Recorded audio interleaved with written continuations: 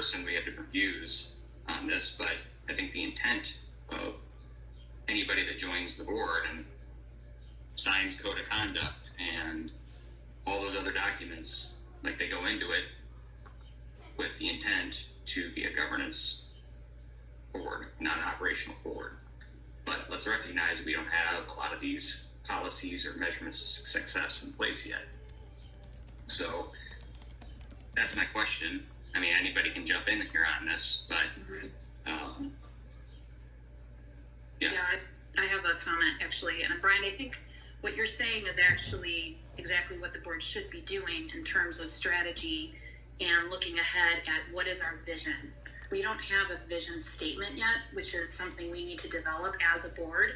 And what does success look like? Now, that's a whole separate conversation for another day, perhaps for our offsite, but I think we need to be really careful without getting too much into detail right now. Again, mission aligned, because a couple things you said there were more aligned to college prep, which we need to be really careful about. I think classical education is about developing the whole child, and perhaps children will go to college, but it's not about getting them into the best college out there. It's about getting them into the best college for them and what's the best fit for that child. So that's kind of an example of what might be a measurement of success somehow, but we can talk about it more as a board of what do we see? It's not just college, it's the trades, it's the military. What does that look like? Researching some other mission state or vision statements from other Hillsdale schools might be helpful. So that's a conversation we can have when we have our offsite. And I just want to say that looking to college, I know you're talking about getting their first choice. So often I feel like that doesn't always happen for a child. You might have goals and aspirations to get into a school, and you can apply, you can have everything in line that should accept you there, but you may not get that choice.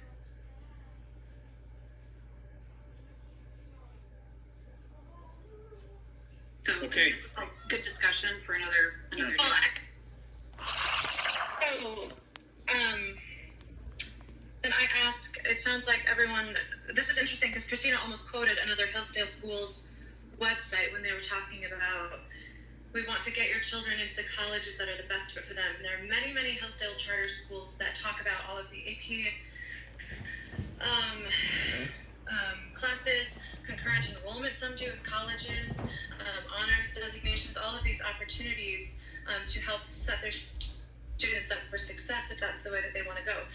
And this is all on their websites, and they seem very proud of it. They say we start working with the children in 8th grade with a college advisor. So it's just interesting that we're like the one Hillsdale charter school that doesn't seem to agree with this. So if we are not going to be doing these things, then I would ask that we would put it on the website as a disclaimer so parents know when they send their children to our school, I would ask that we put it on the website that we do not believe the purpose of a high school education is to prepare children for secondary education. So that way parents at least are making an informed decision. I don't think that's correct in how you said that. It's not that we don't care about secondary education. Of course we do. But that may be one option of many that children choose, and they're going to be well prepared regardless of what path they go down. I think we're making that decision for them. We as board members, by not adding these things and leveling the playing field with all other students out there, are making that decision for those students and those families. We're not leaving options open. We're saying it stops here. Your opportunities, things like you have no chance. The playing field is not level. You won't be competitive. I don't agree with that at all. I don't agree with that at all, and I would never support marketing the school in a way that would intentionally harm it. I would never articulate that is not an accurate articulation of what's happening here as far as I'm concerned. Yeah, nor should the board dictate how the school communicates. That is also not our realm. That is up to the school and to decide how to communicate what we are to the families and the community. The other thing, Tara, that I would just add to that comment is, we're not saying that the school will never have those policies. This is a vote for the handbook for the 2024-2025 school year. And again, this is the first graduating class. Are those kids, are they going to have to work harder potentially because this is the first graduating class? I think the answer is probably yes in a class from 3 or 4 or 5 years from now. And it's not a slight to those kids. It's something that like they've taken on a harder curriculum.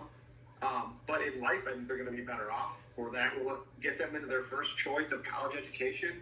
Maybe not. But when you have a new school, that's typically going to be the case. And so this is just a vote on the handbook for the 2024-25 school year. It doesn't mean that in future years that we might not be able to offer some of those opportunities. And I think to Brian's point, as a board, we need to be exploring, providing some additional direction of what are the things that we want as what's success for our students as we graduate. And at this point, I don't think that we're in a position to have those things, according to our administration and our leadership team. And, as a board, we've got to provide that guidance as we move forward, but we can't dictate the school leadership that they need to be doing things that we're not maybe in a position to do yet. And we have to defer to them, I think, on that. That's where we cross the line from, governance to operational. We dictate them what they have to do. Well, with all due respect, Skylar, these are changes that don't need 4 or 5 years to be made. They're very simple changes that can be implemented immediately. I'm not willing to sacrifice children's lives and futures because we want to take 4 or 5 years to do something that could be done today. We're talking about whole classes of children whose futures will be impacted, and the school, our enrollment in the school. Like, what kind of students are we attracting? What kind of students are we keeping? So I know you all know my position. I just wanted to respectfully disagree with what you're saying. Thanks all for that robust discussion. All in favor of the, as administration has advanced the school handbook, all in favor of approving it, please say aye. Aye. Aye. Aye. Aye. Anybody opposed? Nays? Nay. Nay. All right, the ayes have it. The handbook is adopted. All right, so let's move to the second and final agenda item that we have here, which is a revision to the public comment policy that we have for board meetings. And I worked on this. There's kind of, and everybody can download this. It's on Board Docs. There's kind of 2 components to this. One is just updating factual stuff. Like, we have 10 board meetings a year. Here's when they are. Just stuff that wasn't in there that it makes sense to be in there.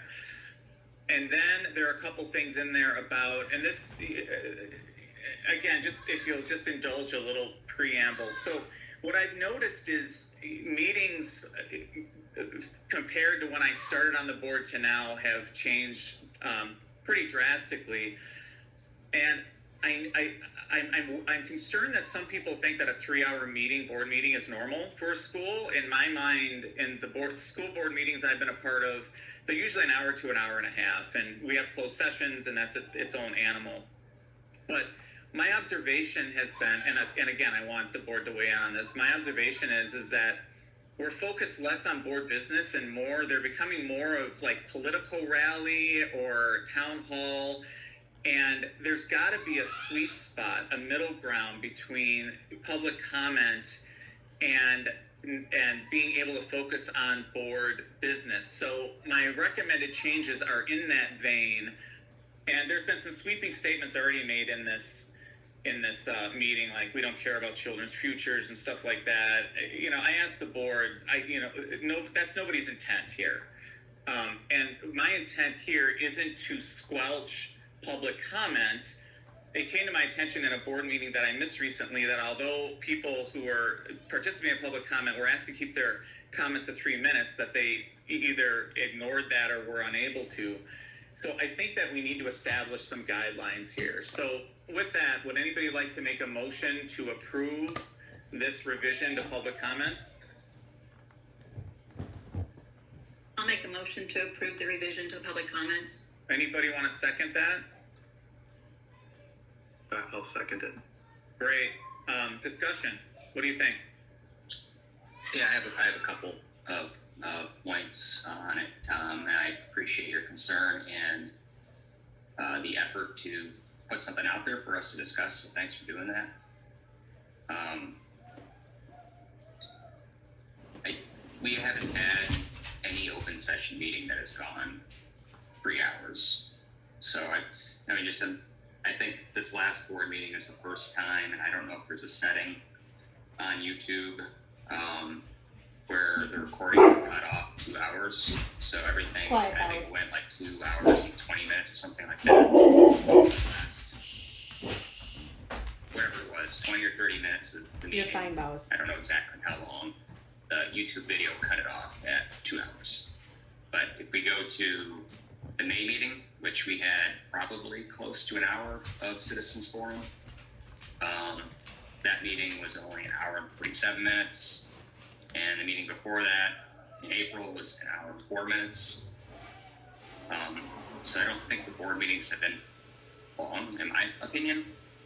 We have seen an increased frequency or increased number of speakers, that's for sure. I went back and looked at the minutes, and we had 0 speakers in January, we had 2 in February, we had 2 in March, we had 7 in April, we had 17 in May, and then we had 11 in June. So we have seen an increased frequency of that, but I think that's a product of everything that's being discussed right now. So I have a lot of heartburn just capping it at 20 minutes, I'll be honest. But I do think there's an opportunity to ask the speakers to be more concise. So I was going to offer up a suggestion, and that would be to remove the maximum of 20 minutes, but limit the amount of time to speak from 3 to 2. And if we have 17 speakers, then it should take 34 minutes. If there's extenuating circumstances in a meeting like we just had with the petition that had just been shared to the board and we want to extend it, then that's a decision the board could make in that meeting, I suppose. But I feel anybody that comes to the meeting wanting to speak, they should have an opportunity to speak. And we should focus more on the front end and just ask for a more concise amount of information to be shared with the board. And if they have more to say, then obviously they can email. Try and follow the grievance policy and the chain of command. But if it gets to a point where they have to bring it to the board's attention, then email us or reach out. And that can be done too. So that's my suggested change and the reason why. Hey, Tom, I was thinking something similar to I guess maybe feel the same way as where I get a little uncomfortable when we just say, okay, 6 people can speak or 7 people can speak, and the first ones there get to say their piece. But I was just thinking about maybe a more fair way to do it, and I was wondering if, since I also don't want to be there all night for a meeting either, is if we took our 20-minute slot and carved it up between the number of speakers with a 3-minute maximum. So if there's 10 speakers, they each get 2 minutes. If there's 5 speakers, they can, each speak 3 minutes if they want. And then if, like Brian said, for some reason, there's 100 people there and we wanted to expand it by 10 minutes for that meeting, we could do that if we chose. But I thought that may be a way to help the speakers economize their comments. And maybe if it's some people that are talking before a meeting, have similar points, they could collaborate, maybe have one make the point during their time and another make the point during their time. So I thought that might be a good compromise between what Brian said is not cutting anybody off from speaking or saying their piece, but also not having this, drag out beyond the 20 minutes. So we wouldn't have a policy per se, we kind of wing it at the meeting. The policy would be we'd have 20 minutes and however many speakers there are, if there's, we just carve it up between the speakers, so each gets an allocation of the 20 minutes. So if there was 10 comments, then you each get 2 minutes instead of 3, but there'd still be a maximum of 3, so somebody doesn't go up and ramble for 20 minutes if there's no one else. Okay.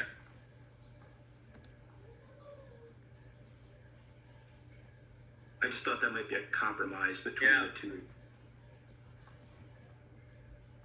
I have some comments. So we don't meet every month as a board, and we are unelected, so parents have no say who is on the board. So I personally don't feel it's a big imposition for the board to listen to what people have to say for a longer period of time.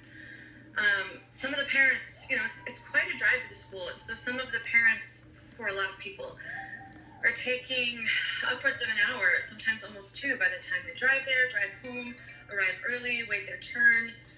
And so I feel like every parent who's willing to invest that much time to speak for 3 minutes deserves to be heard. We need to remember that the school exists because parents choose to send their children here. And I think we need to give them the maximum opportunity to comment, especially because we're not responsive to emails. So I don't think that's asking too much as a board. And if we're not willing to listen to what our parents have to say once a month, do we really care about what they have to say?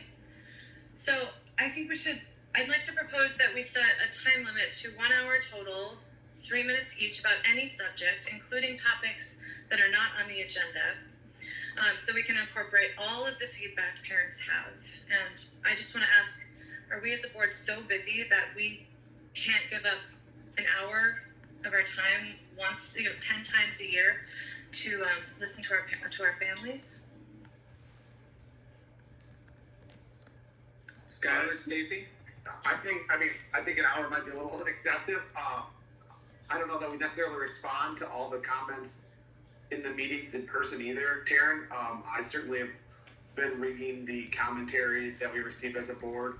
I think a lot of it, for the most part, is probably operational, not governance related.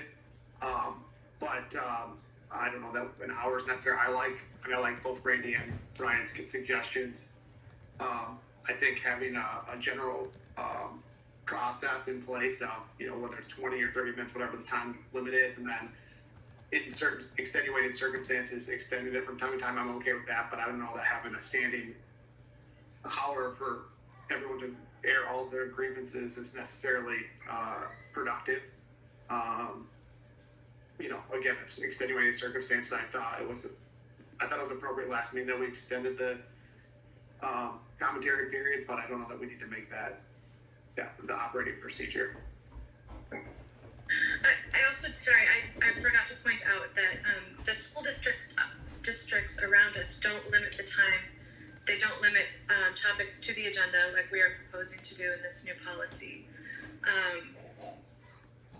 It's interesting that we would try to do that when no one around us does that same thing.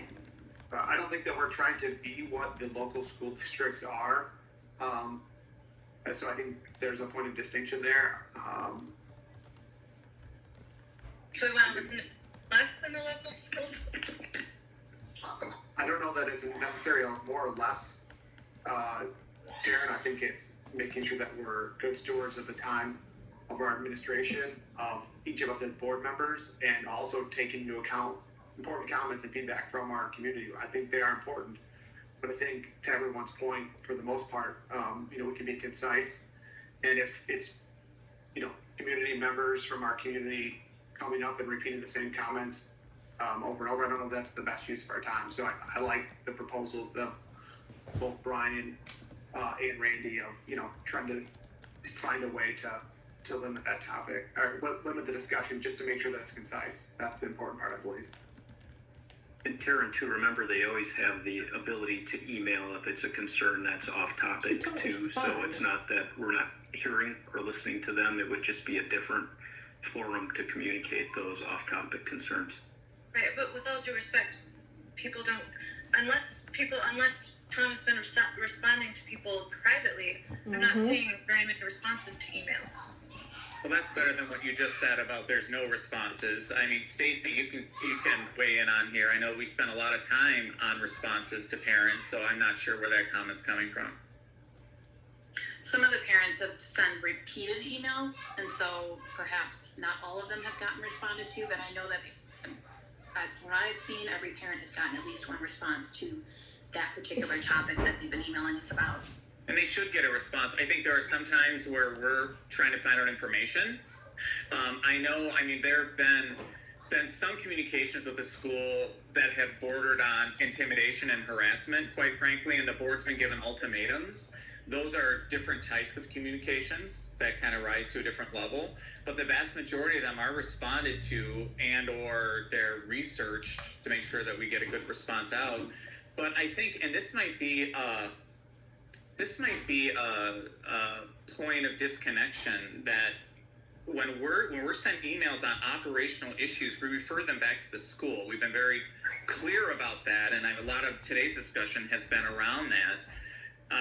So what we don't want to do, and again, board, I want you to weigh in, what I think we don't want to do is have a way to circumvent administration on operational matters. So we stay very close to administration on the emails that come in that are operational in nature, if that makes sense.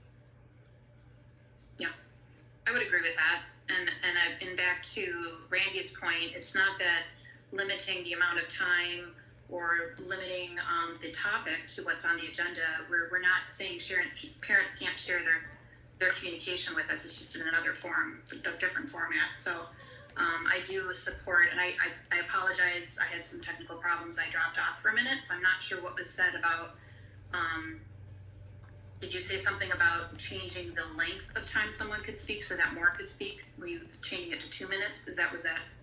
I suggested 20 minutes. Brian had a suggestion there. I think Randy came up with a good compromise, but then Taryn had suggested an hour for public comment. Okay, Randy, what was your suggestion? My suggestion was we carve out 20 minutes or whatever we decide the appropriate time is, and we divide that time between the number of speakers with a 3-minute maximum. So if there's 10 comments and we have 20 minutes, each gets 2 minutes. If there's 5 that have comments, they could each have the full